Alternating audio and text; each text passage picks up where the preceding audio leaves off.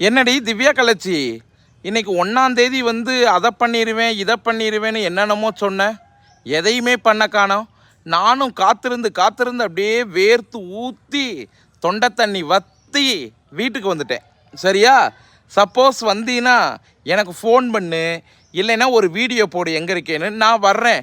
இன்னைக்கு வந்தால் 1ஆம் தேதி என்னை அதை பண்ணிடுவேன். உன் புருஷனை கூட்டிகிட்டு வந்து, சுரேஷை கூட்டிகிட்டு வந்து, அந்த பெங்களூர் சுரேஷை கூட்டிகிட்டு வந்து என் புருஷனை வச்சு மானக்கடை கேள்வி கேட்குறேன்னு சொன்னேன்.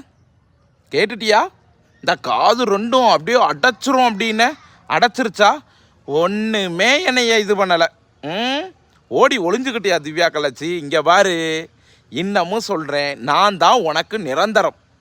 வேற யாரும் உனக்கு நிரந்தரமே கிடையாது திவ்யா கலச்சி. இந்த கார்த்தி மாமே மட்டும்தான். அது உன் தலையில் எழுதப்பட்ட விதி அப்படி. சரியா? நான் தான். மாமனை பார்க்க ஓடி வா.